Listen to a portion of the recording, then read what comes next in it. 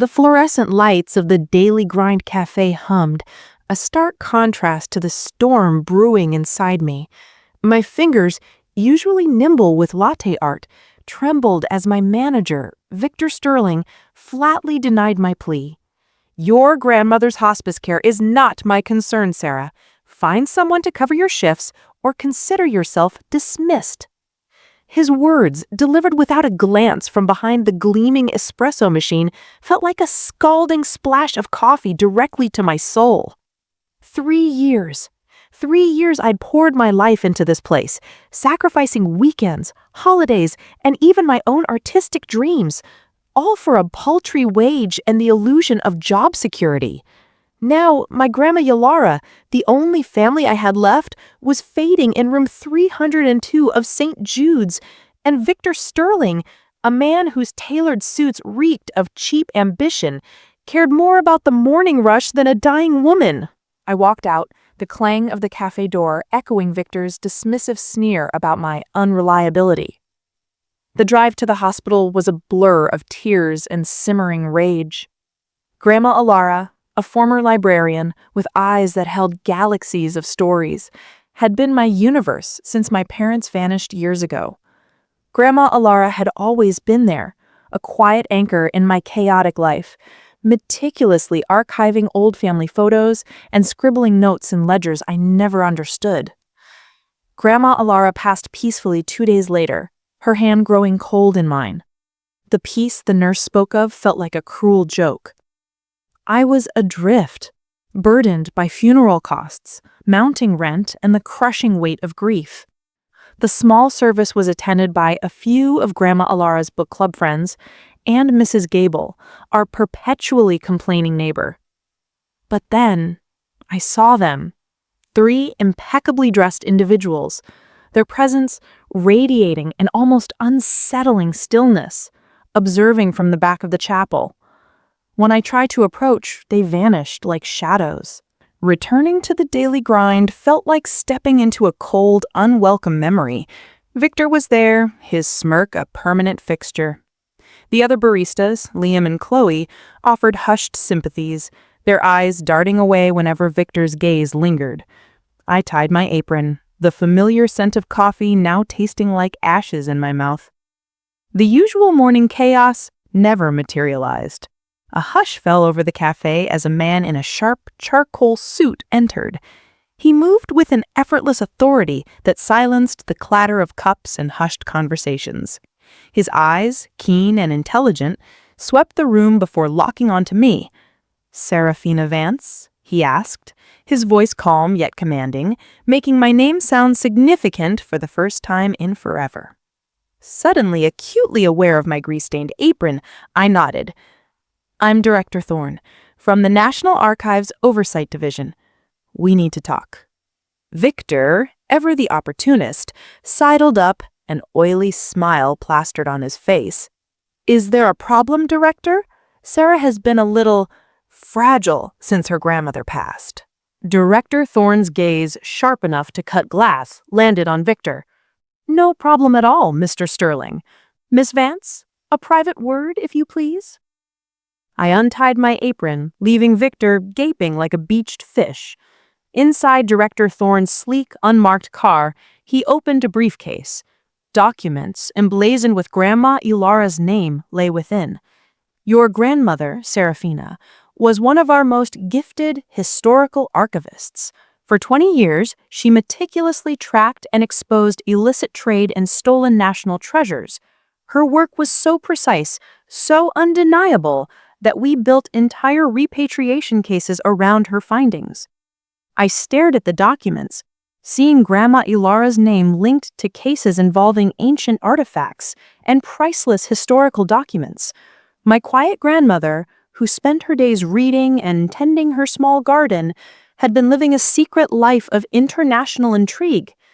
The Daily Grind, or rather, its parent company, Aurora Hospitality Group, Director Thorne continued, gesturing towards the cafe, was her final assignment.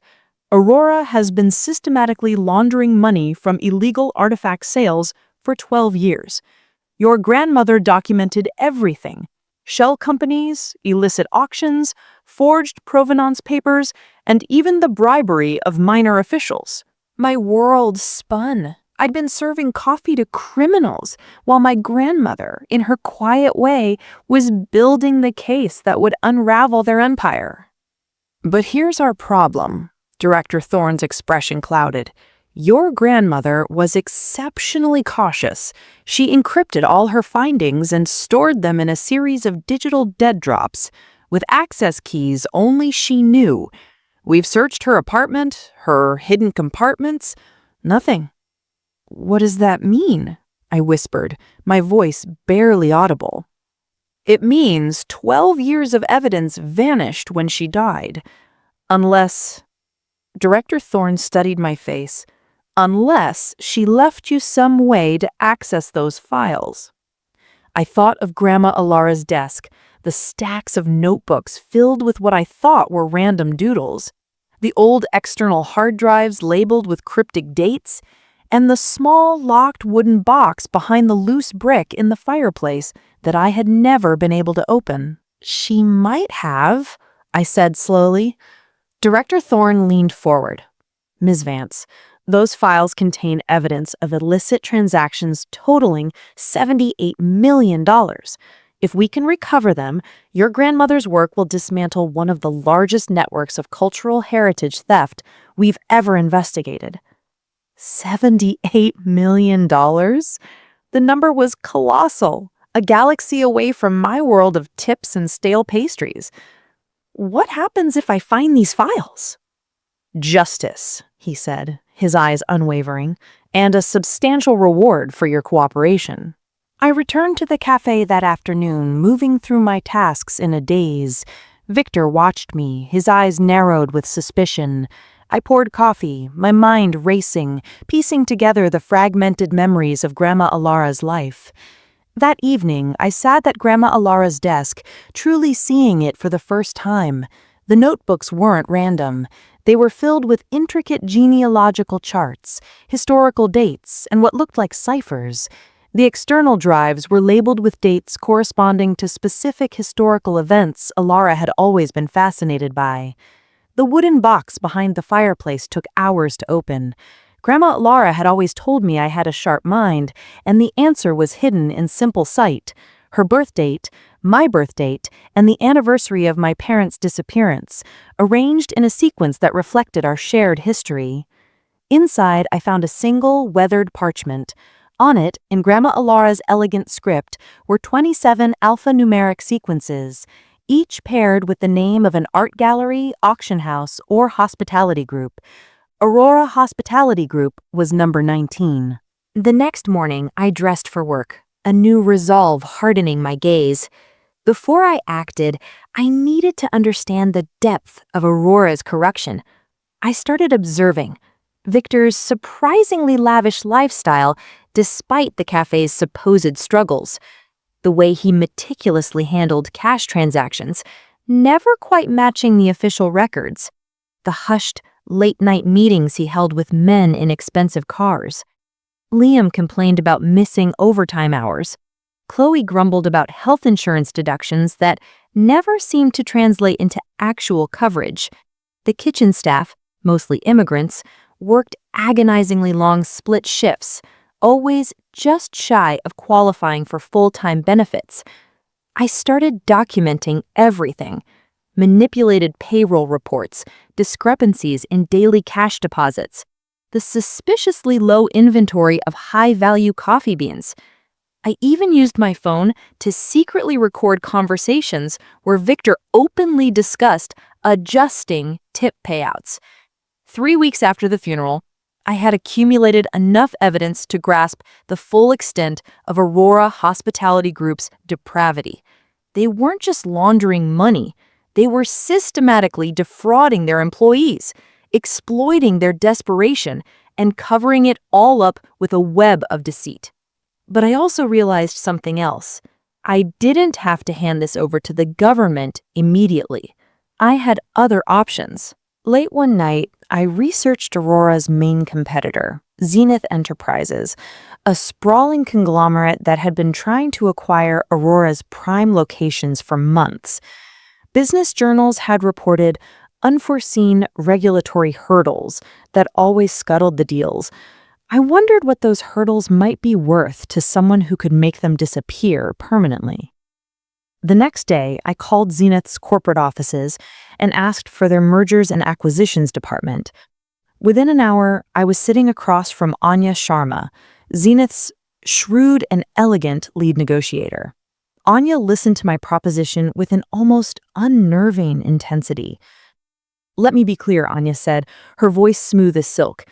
"You possess irrefutable documentation that could force Aurora Hospitality into federal bankruptcy and criminal prosecution. And you are willing to provide this evidence to us instead of the authorities for the right price?" "Precisely," I confirmed. "What did you have in mind?"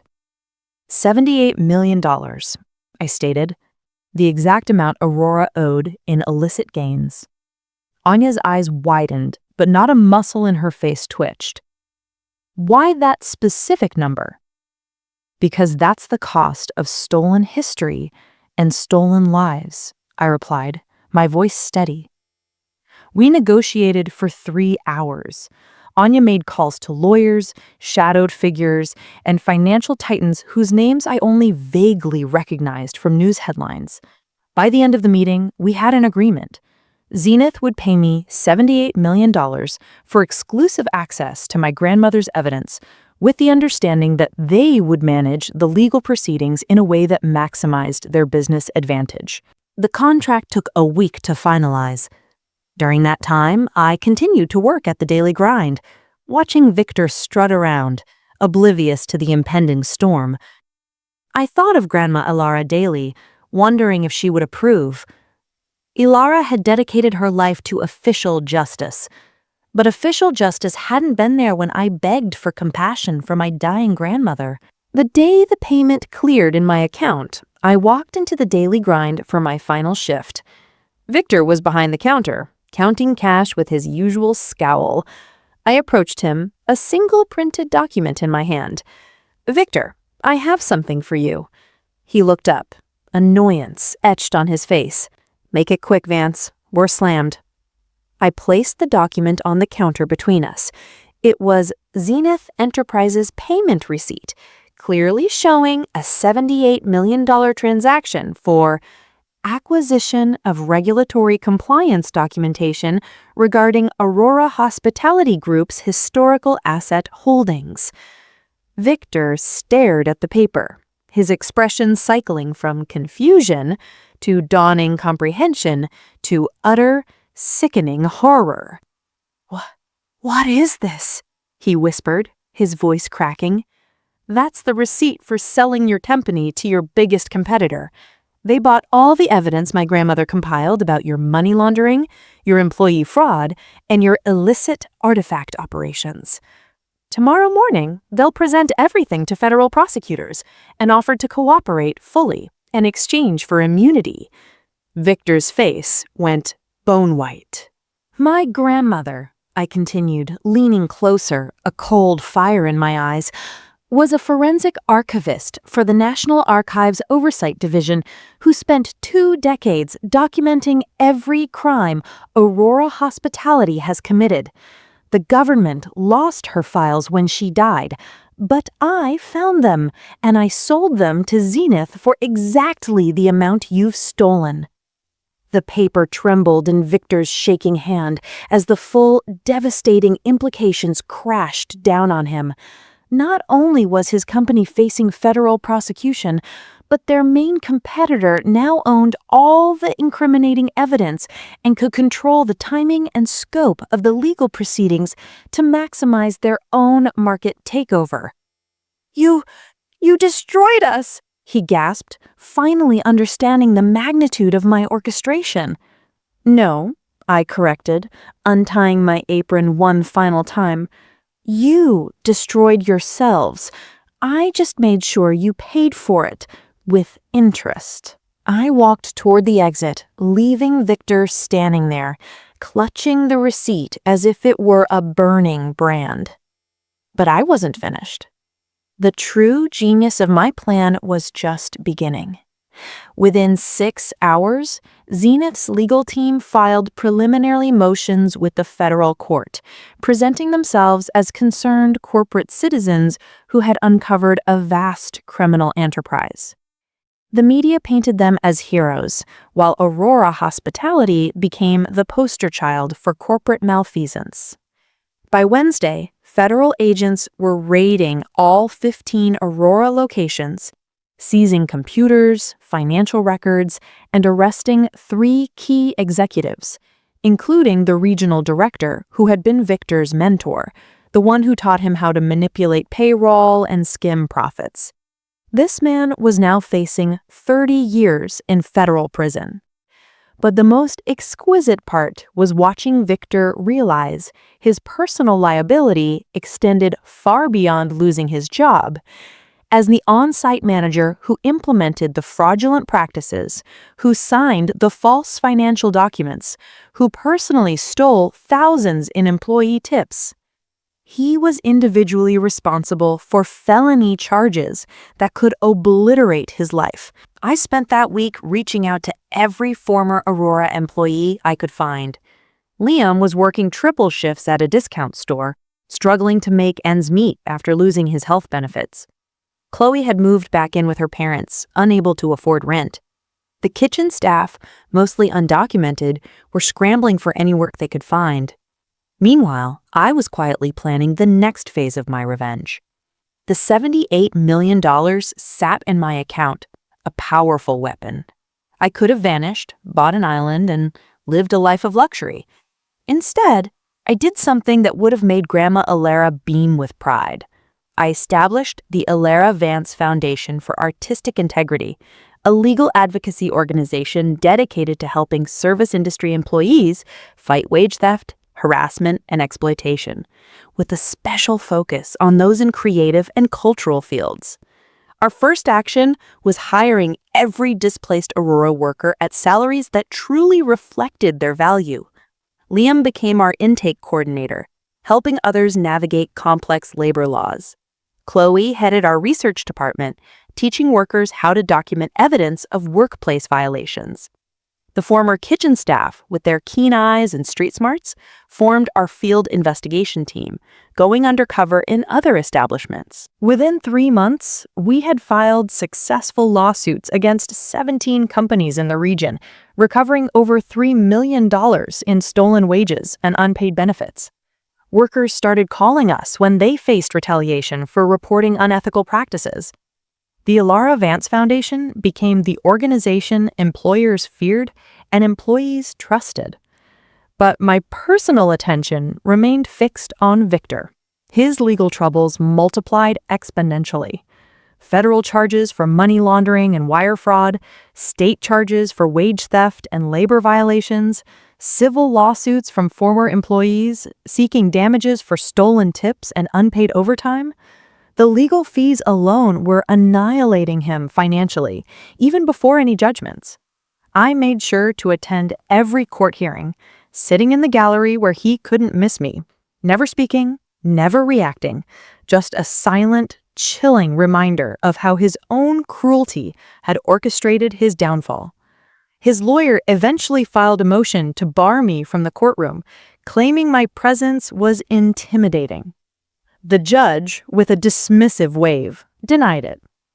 As the criminal case progressed, more details emerged about Aurora's vast fraud. They had been using shell companies and offshore accounts, falsifying employee records to avoid benefits, and systematically stealing from vulnerable workers. The investigation revealed over 3,000 employees had been affected. The government's case relied entirely on Grandma Elara's evidence, which meant I became a key witness for the prosecution. Every time I testified, I made sure to recount how Victor had denied my emergency leave request when my grandmother was dying, how he'd threatened to fire me for prioritizing family over his profits. The jury looked at Victor with visible revulsion. During the civil proceedings, Victor's lawyer tried to argue his client was just following corporate policies set by higher executives. I, through my foundation's investigations, had evidence to obliterate that defense. We discovered Victor had been receiving exorbitant bonuses based on how much money he saved through operational efficiencies. Every dollar he stole from employee tips, every hour of overtime he refused to pay, every benefit he managed to deny earned him personal rewards. He wasn't just following orders, he was actively profiting from theft. The prosecutor presented this evidence during the penalty phase, showing that Victor had received over $150,000 in bonuses for systematically stealing from workers who earned minimum wage. The judge called it particularly heinous and sentenced him to 12 years in federal prison, followed by 7 years of supervised probation. But prison was only the beginning. The civil judgments totaled over $500,000, bankrupting him completely. His designer apartment was foreclosed, his luxury car repossessed, his hidden offshore accounts were seized to pay court-ordered restitution. His wife left him before the trial ended, leaving him to face the shame alone. 6 months after his sentencing, I received a letter from Victor, written in the shaky hand of a broken man. It was a rambling confession, a pathetic justification, and a desperate plea for forgiveness. He wrote about his own humble beginnings, his insatiable need for power, and how having authority over others had made him feel significant for the first time. He admitted that refusing my emergency leave had been an act of pure malice, a twisted attempt to hurt someone else the way he felt hurt by life. The letter ended with him asking if I thought he deserved what had happened to him. I never responded. Instead, I focused on expanding the foundation's work. We opened offices in 5 new states, hired specialized employment lawyers, and developed innovative training programs for workers on how to recognize and document violations. We partnered with investigative journalists, exposing companies that thought they could abuse employees without consequence. 2 years after Aurora Hospitality's collapse, we had recovered over $20 million in stolen wages for workers across the nation. Companies started changing their practices just to avoid being investigated by the Elara Vance Foundation. The most satisfying moment came when Zenith Enterprises contacted me about a minor problem. They had acquired several former Aurora locations and discovered that some of the former managers had implemented similar fraudulent practices at their new jobs. These managers, trained by Victor and his superiors, were apparently incapable of operating honestly, even under new management. "We want to ensure our operations are completely clean," Anya Sharma explained during our meeting. "Could your foundation conduct a comprehensive audit of our employment practices?" I agreed, but with conditions. Any violations discovered would be reported to authorities regardless of Zenith's preferences. Any affected employees would receive full restitution plus damages, and Zenith would implement ongoing monitoring systems to prevent future violations. Anya accepted immediately. She understood that investing in compliance was infinitely cheaper than facing the kind of destruction that had consumed Aurora. During our audit, we found minor violations at 5 locations, all connected to former Aurora managers who, it seemed, couldn't break their habits of skimming tips and manipulating schedules. Zenith fired them immediately and paid over $300,000 in restitution to affected workers. But they also did something unexpected. Anya offered to fund a massive expansion of our foundation's work, providing resources to investigate corporate fraud globally. She wanted Zenith to be publicly associated with workers' rights advocacy, demonstrating that ethical business practices were not just morally sound, but also economically profitable. I accepted, insisting on absolute independence for the foundation. We would pursue any company where we found evidence of violations, including Zenith, if they ever betrayed their commitment to fair employment. 3 years after Grandma Elara's death, the Elara Vance Foundation for Artistic Integrity had become one of the most respected and feared advocacy organizations in the country. We had recovered over $80 million for workers, shut down dozens of fraudulent operations, and sent 45 executives to prison. I often thought about what Grandma Elara would say if she could see what her quiet, methodical work had ultimately accomplished. Elara had spent decades building cases for the government, believing that official justice was the only legitimate path to accountability. But sometimes official justice needed a fierce push. Sometimes the granddaughter of a forensic archivist had to sell evidence to corporate competitors to ensure criminals faced the consequences of their actions. Sometimes revenge required patience, meticulous planning, and the unwavering willingness to transform personal pain into systemic change that protected thousands of other people from experiencing the same cruelty. I kept Victor's letter in my desk drawer, not out of sentiment, but as a chilling reminder of why my work mattered. His words revealed the mindset of someone who hurt others because he felt powerless in his own life, who chose to abuse his authority rather than use it responsibly. There were thousands of other managers like Victor, other companies like Aurora, other workers being exploited by people who believed that desperation made theft acceptable. Grandma Elara had given me the tools to fight them.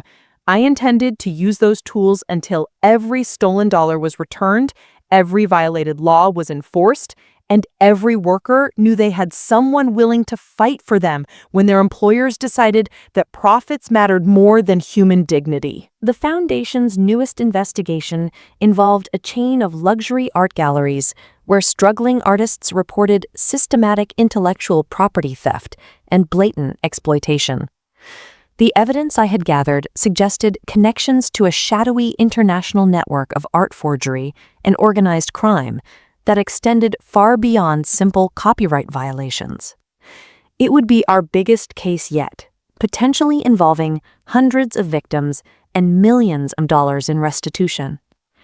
I thought about Victor in his prison cell, probably wondering how his casual cruelty toward a grieving barista had led to the complete destruction of everything he'd built. He'd asked if he deserved what happened to him. The answer, simple and resolute, echoed in my mind. He deserved exactly what he'd given others. I just made sure he received it with compound interest.